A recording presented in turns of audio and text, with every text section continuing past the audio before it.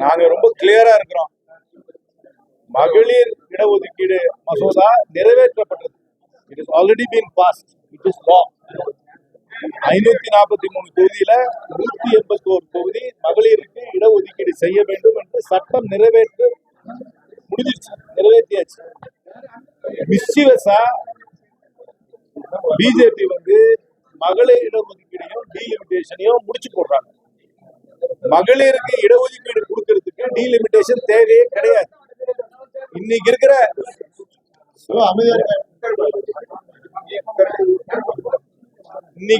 543 தொகுதியிலேயே 181 தொகுதி மகளிருக்கு இடஒதுக்கீடு செய்யலாம். தமிழ்நாட்டுல 39 தொகுதியில 13 தொகுதி மகளிருக்கு இடஒதுக்கீடு செய்யலாம். இதுக்கு டீலிமிட்டேஷன் தேவையே கிடையாது.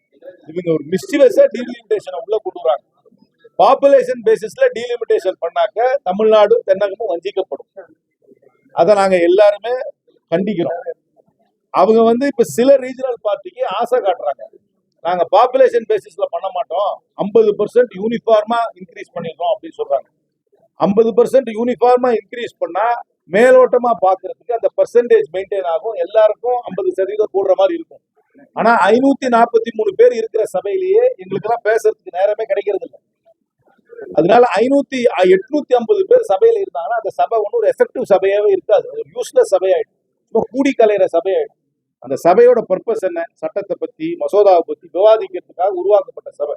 அந்த சபை எந்த ஒரு பயனும் இல்லாம போயிடும். ரெண்டாவது ஒன்று தெளிவா தெரிஞ்சுக்கணும், பார்லிமெண்டரி டெமோக்ரஸியில அப்சல்யூட் நம்பர்ஸும் முக்கியம். நமக்கும் பாண்டிச்சேரிக்கும் சேர்த்து இப்ப 40 சீட் இருக்கு, உத்தரப்பிரதேசத்துக்கு இப்ப 80 சீட் இருக்கு. எல்லாருக்கும் யூனிஃபார்மா 50 சீட் இன்க்ரீஸ் பண்ணாங்கன்னா நமக்கு 60 ஆயிடும், அவங்களுக்கு 120 ஆயிடும்.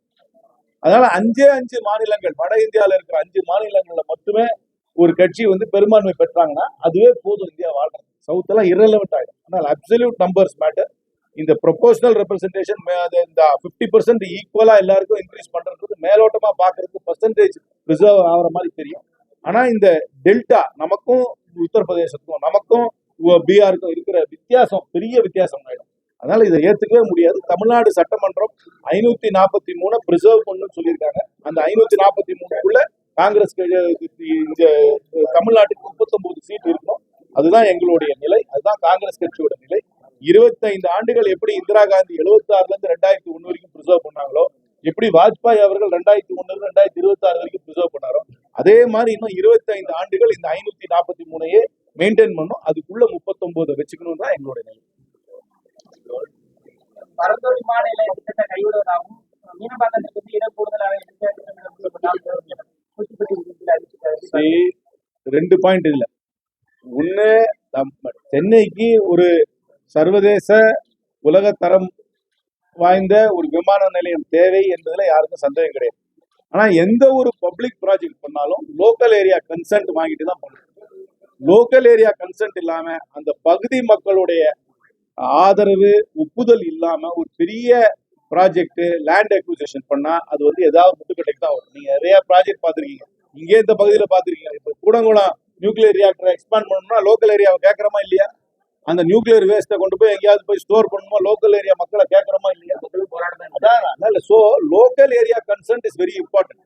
லோக்கல் ஏரியா கன்சென்ட் இல்லாம அந்த பரந்தூருக்கு முதல்ல பர்மிஷன் வந்ததுனால அதுல ஒரு ரெசிஸ்டன்ஸ் இருக்கு. ஆனா சென்னைக்கு ஒரு விமான நிலையம் தேவை என்பதுல யாருக்கும் சந்தேகம் கிடையாது. விரைவில் அரசாங்கம் இந்த ப்ராஜெக்ட் எந்த டிலேயும் இல்லாம விரைவில் பண்ணணும். ஆல்ரெடி லாஸ்ட் மெனி இயர்ஸ் அது காம்பன்சேட் பண்ற அளவுக்கு அவங்க விரைவா பண்ணுவாங்க. இடம் வளர்ச்சி